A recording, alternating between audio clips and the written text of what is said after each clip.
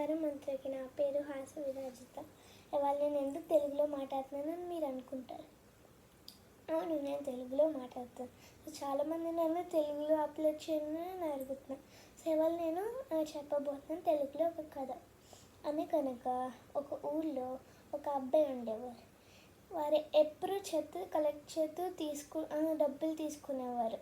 డబ్బులు తీసుకున్నాక కొంచెం నీళ్ళు కొంచెం అన్నం తినేవారు. ఒకరోజు వీధులు తిరిగారు. ఊళ్ళో ఒక ఇల్లును చూశారు. ఆ ఇల్లులో ఒక ఆవిడ పిలిచింది. ఆ అబ్బాయిని పిలిచాక ఒక గ్లాస్లో కొంచెం పాలు ఇచ్చింది. సో వారు తాగారు ఆ పాలు తాగాక వారు వెళ్ళిపోయారు. దాని తర్వాత కొన్ని సంవత్సరాలు ఆగి ఆ ఆవిడ హాస్పిటల్లో అడ్మిట్ అయ్యాక తనకి చాలా ఫీవరిష్గా ఉన్నది. ఆపరేషన్ చేశాక తను చాలా మంచిగా అయిపోయింది. సో తనకి బిల్ అప్పుడే వచ్చింది, కానీ పేరని రాసింది.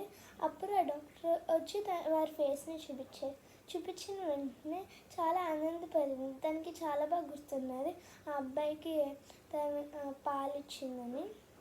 సో వాళ్ళిద్దరూ చాలా హ్యాపీగా ఉన్నారు, ఎందుకంటే అప్పుడు పాలు వచ్చింది వారికి, ఇంకా ఈవిరికి ఆపరేషన్ జరిగిందని. వాళ్ళిద్దరూ అనాథులు కాబట్టి వాళ్ళిద్దరూ కలిసి ఒక ఇల్లు కొనుక్కొని కలిసి ఉంటున్నారు. Thank you, bye.